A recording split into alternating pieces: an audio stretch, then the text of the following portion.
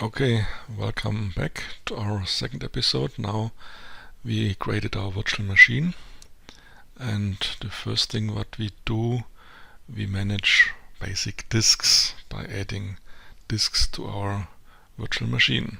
Remember, we created an instance with multipass, and with the multipass we have a connection to a Linux machine. Remember, this was the command multipass list, gives us a list of running instances. I do multipass shell, and the name of my instance was called Opsys, and we are connecting to our virtual machine. So before we go on, let's have a look at what is the current setup and what's the basic idea of disks.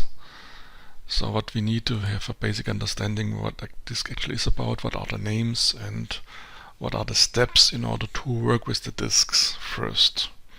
So what is a disk? A disk is an array of blocks. It's a so-called block device. So let's bring in a small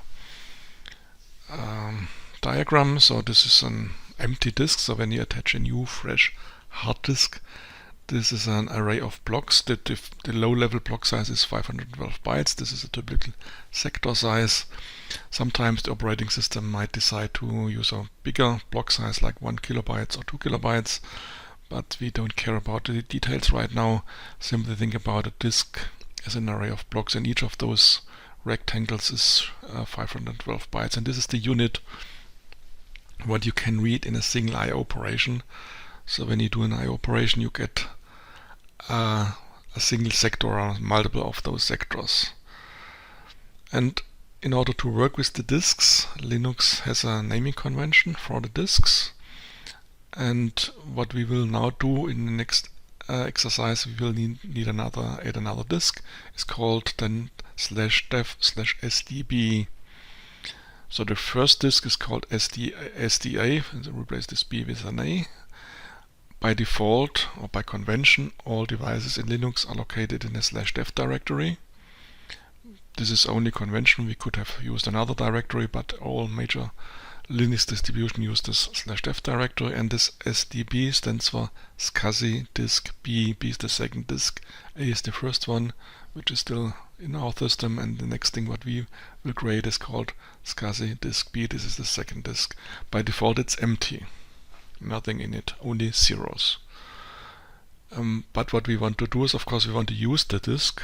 We want to place files on our disk. So that's our main goal, that we can create files on our disk. In order to make this running, so we need to have 4 important steps to work with disks, because there's no file on it, no directory, no names, nothing on it, it's simply empty. So actually we have 4 steps in order to work with disks. So the first step is we need to initialize the disk, so that we see some kind of a basic data structure on the disk.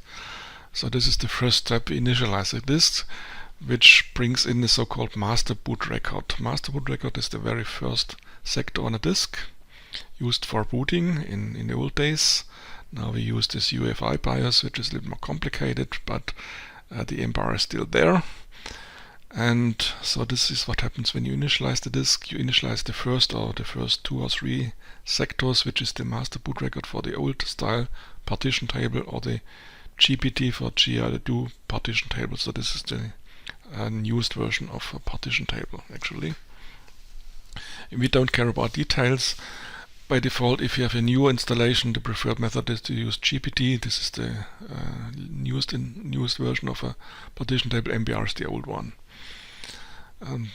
You only have to care about if you have a very old PC, then you need to use this MBR scheme. By default, we use this GPT scheme. So this is called initialization. This happens whenever you plug in a fresh disk from a manufacturer to your even to your physical PC, of course.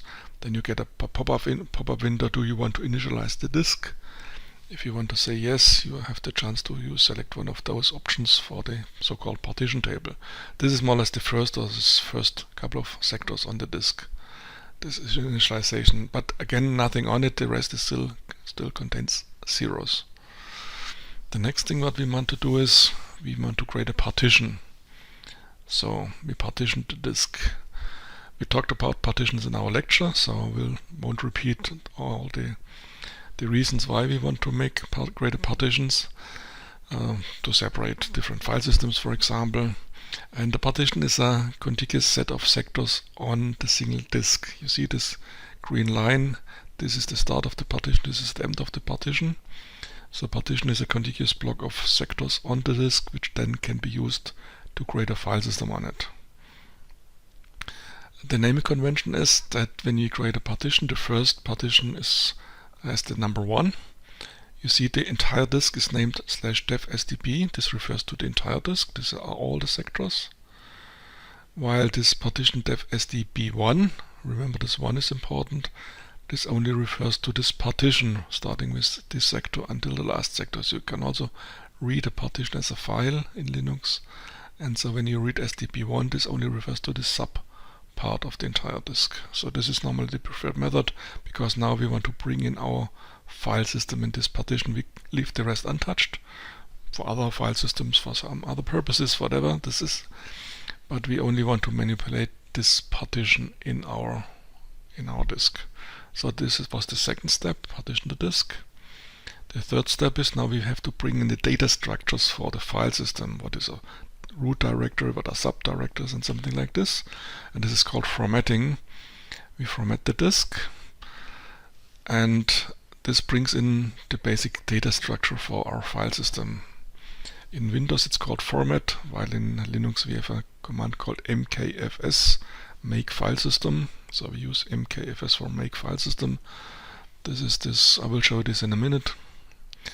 So this brings in the basic directory structure along with empty blocks for the data itself. And the last thing what we need to do is, in order to now access the files or this data, this address space in our system, we have to mount the disk. Mounting means combine this disk into an existing directory structure. So this is what happens when you mount a disk. We connect this block device to an existing subdirectory. This is our current file system structure, file system structure, and there we create a subdirectory. A default place is we use the /mount directory. Can create a subdirectories there, but in theory we can create any directory anywhere in our entire system. The only thing, it has to be a directory, and then we simply mount this onto this directory, and then from this point in time, whenever you go to this data directory, you jump into, and then you can access the files. So these are the 4 steps, and this is actually what we actually now want to do with our environment, so that we do all those steps, and then after we have brought this thing online, then we can place files here in our partition. So this is actually what I want to do now with my setup. So this is our virtual machine. We have the multi-connection to multipass, and first, before we go on, we have a look at what's already there before we do anything else. So I'll clear the screen. Most of the commands require root privileges. So of course, whenever you want to do some commands with root privileges, there's a command in Linux called sudo, and then the command, which then runs the command with root privileges. I will avoid type sudo all the time, because most of the commands what we're doing now requires root privileges.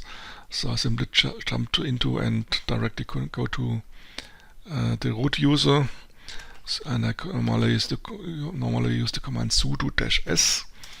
And now you see the prompt changed, and now you especially have a look at the prompt. We have this hash symbol, and this hash symbol means now I have root privileges without typing sudo all the time. This is simply a little bit overhead, but of course be careful, and because now we can destroy the entire system if we do some incorrect commands. And this is why we use a virtual machine, that if we do some damage, then we simply recreate the machine from the beginning.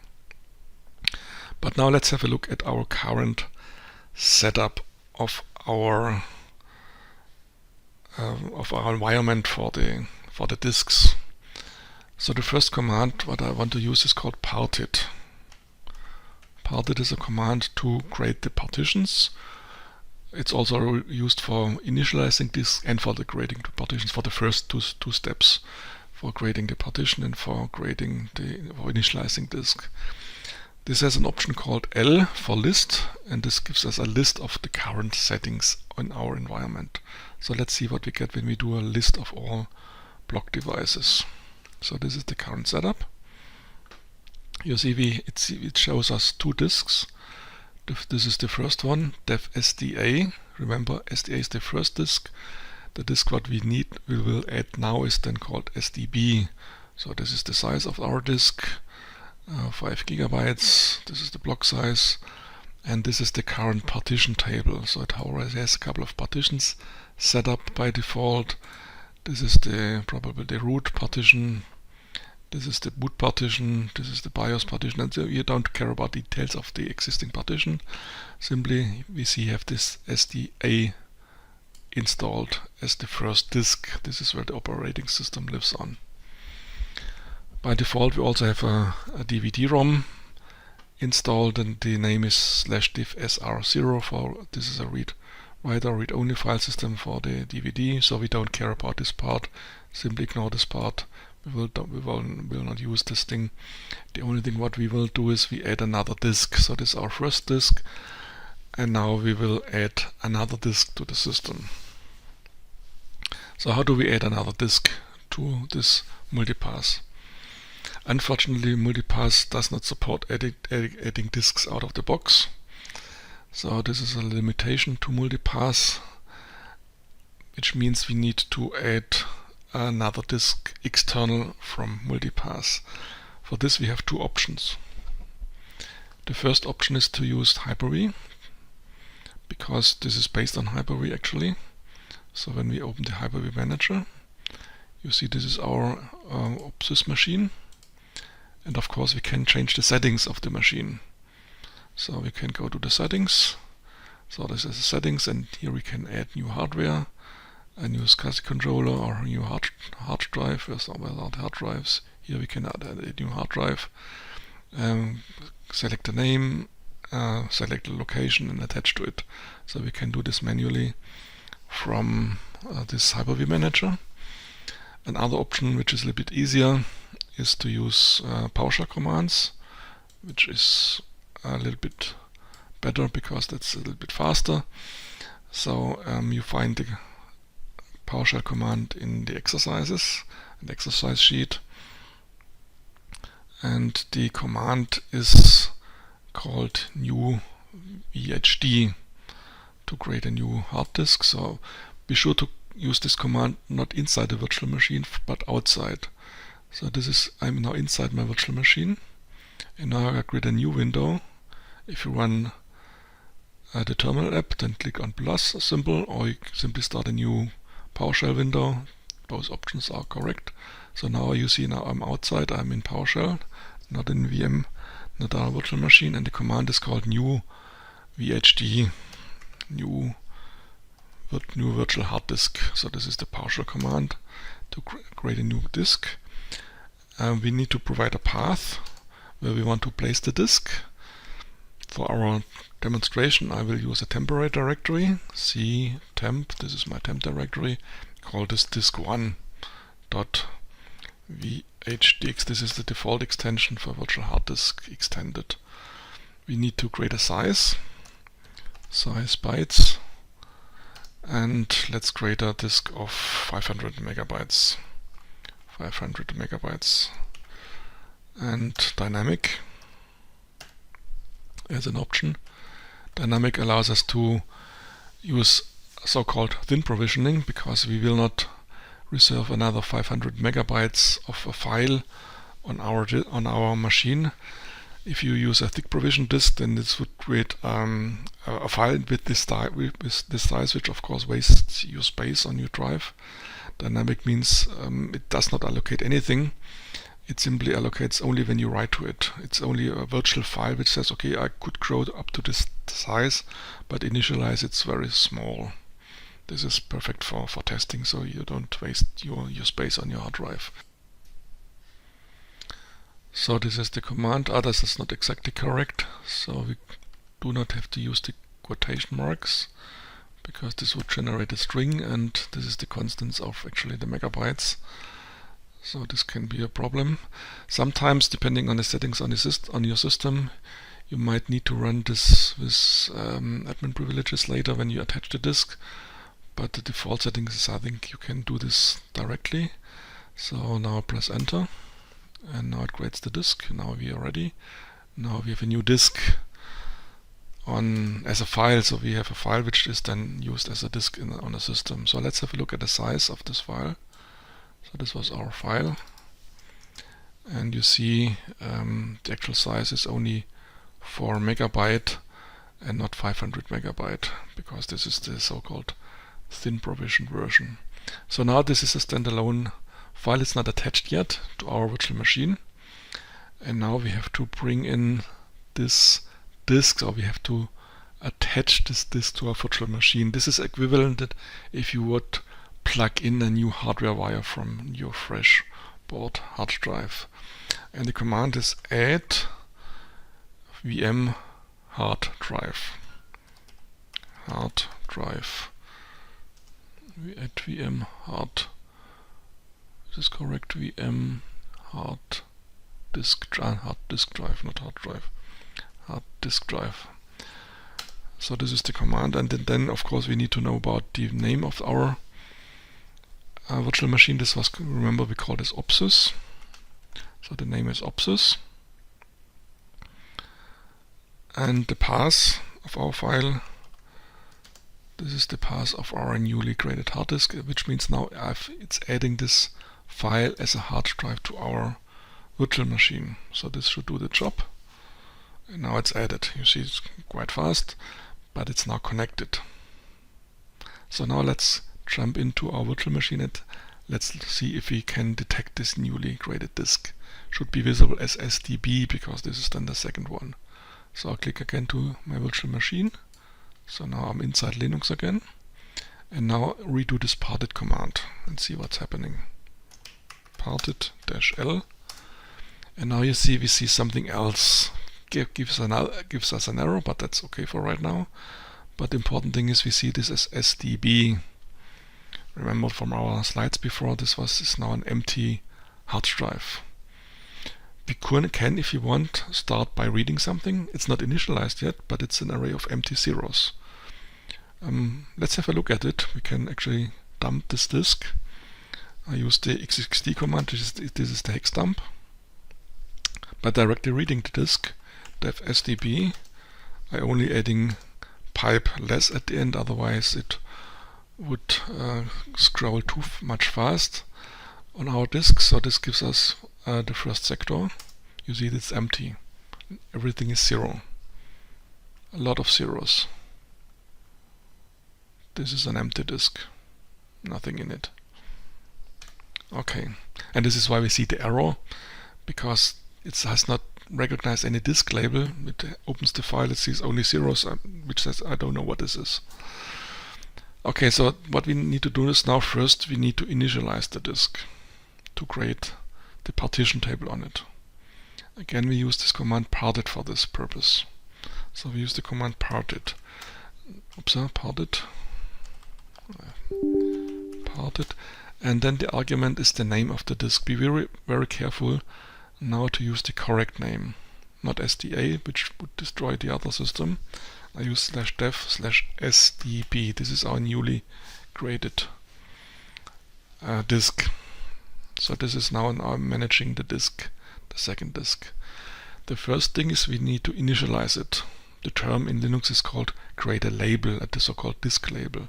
So the term disk label refers to the master boot record or the GUID partition table. And the command is mklabel. And then we have to use the option mbr or gpt. We use gpt for the new version. And then this is now, you see it's quite fast, it now has brought in a label. This first sector on the disk. Let's quit parted for a moment. Quit. And we can now also try to inspect what has happened. Remember, we added the first sector on our disk. So we wanted to initialize the disk. So this was this one. So we now have written this first disk on our hard drive. And let's inspect this using the hex debugger. Again, same command as before. And now you see you have something on it. So this is a very basic, this is some empty code for the protective MBR. This is the partition table for the old MBR, and here we have the GUID partition table. So this is what has happened when we brought in a label, which is an empty partition table yet. So nothing special on it. The next thing what we need to do is we need to create a partition. Select a subset of our disk or select the entire disk as a partition. Again, we start by using the parted command. So the same command as before, parted /dev/hdb, enter. And now we create a new partition. The command is mkpart, make partition, mkpart. So you can give this thing a name. We don't care about names right now, leave this empty. The file system type, this is ext2, this is the default. Actually, it's not really important about the file system type, but since we will format this using ext4, we type ext4, that the partition label knows this is probably ext4 partition, this is the correct one. Then we need the start and end sector. So we use the first available sector, which is 0. And for the end sector, we should add the correct number of the last sector, what could be calculated out of the sizes there, or the actual block sizes.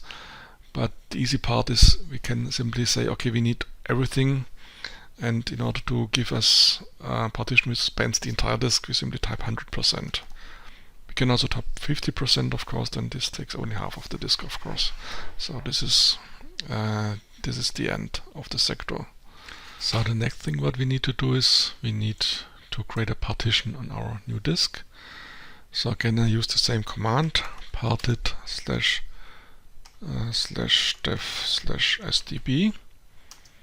So we can use a command called print. This lists the partition table, it's empty.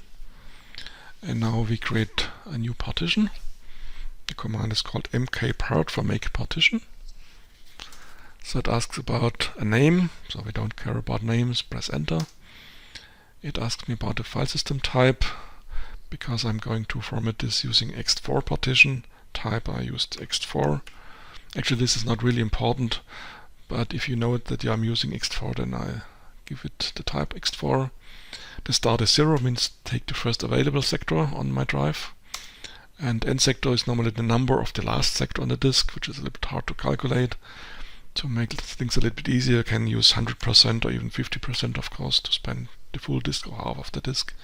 So this is the last sector. Then you might see this warning because it's not correct aligned to the boundary of a track, which refers to magnetic hard drives. So we don't care about this performance problem. We safely can ignore this error by typing I for ignore. And then that's it. We have created our first partition. Let's have a look at it. Print. And now see, this is the start. It's actually not at 0 because we need this partition tables itself needs a little bit storage, but it's most spans the entire drive, so it's the full size of our disk, 524 megabytes. So this was now the second step. Now we have a partition table on it. So let's review again what we need to do. So this is now our second step. This is now our dev/sdb partition. Remember, the name is dev/sdb1. Dev/sdb is the full disk, while sdb1 is the partition only. Again, we can have a look at it with xxd. So this is, we read the entire drive. We see, not really more, but when you jump to the next one, this is more or less the partition table what we created. But we can also read the partition itself by using sdb1. So this is this partition. We're still getting a 0 because this is empty. Again, because this is still empty. Why is this? Because the partition is not, we do not do anything inside the partition. So this is this sdb1. This was the 0 what we just saw. because it's empty. It's only a sequence of empty blocks. And now we have to bring in this data structure to actually bring in files. This is called formatting. And now we have to format the partition. Again, be careful not formatting SDP. We can, in theory, format the entire disk as the file system, which is not really recommended because otherwise we get a little bit of problem with this partition list. So we bring this file system on it, and then for this we need another command. The command is called mkfs, make file system. For making file system, we can define the type of the file system, because we can have different types of file systems. The default is ext4 type. ext4, this is the default. We can also skip type ext4, but if you really want to show, I will use type ext4, then use this type. And then the name of the partition. Remember, now we need the partition 1, then the partition name with the 1 at the end, not the entire disk. And this brings in this data structure for the files. Now it gives us an output. It says a couple of the block size, the number of inodes, the super blocks, and so on. This is now the data structure inside the file system. In our upcoming lecture, we will have a look inside the Linux file system. What is an inode, what are super blocks, and all those things. This is not the topic for our session today. Today we will also only talk about the basic idea about managing the disk. And now we're almost complete. So now we have created this. This was created with the mkfs command. And the last step is to connect this newly created partition to an existing directory in our file system. That's the last step what we need. And for this we can create a subdirectory somewhere. Can be directly in our home directory, which is of course not a good idea, but we could do this. I create a new directory directly underneath the root directory. So I create a new directory, mkdir/data, for example.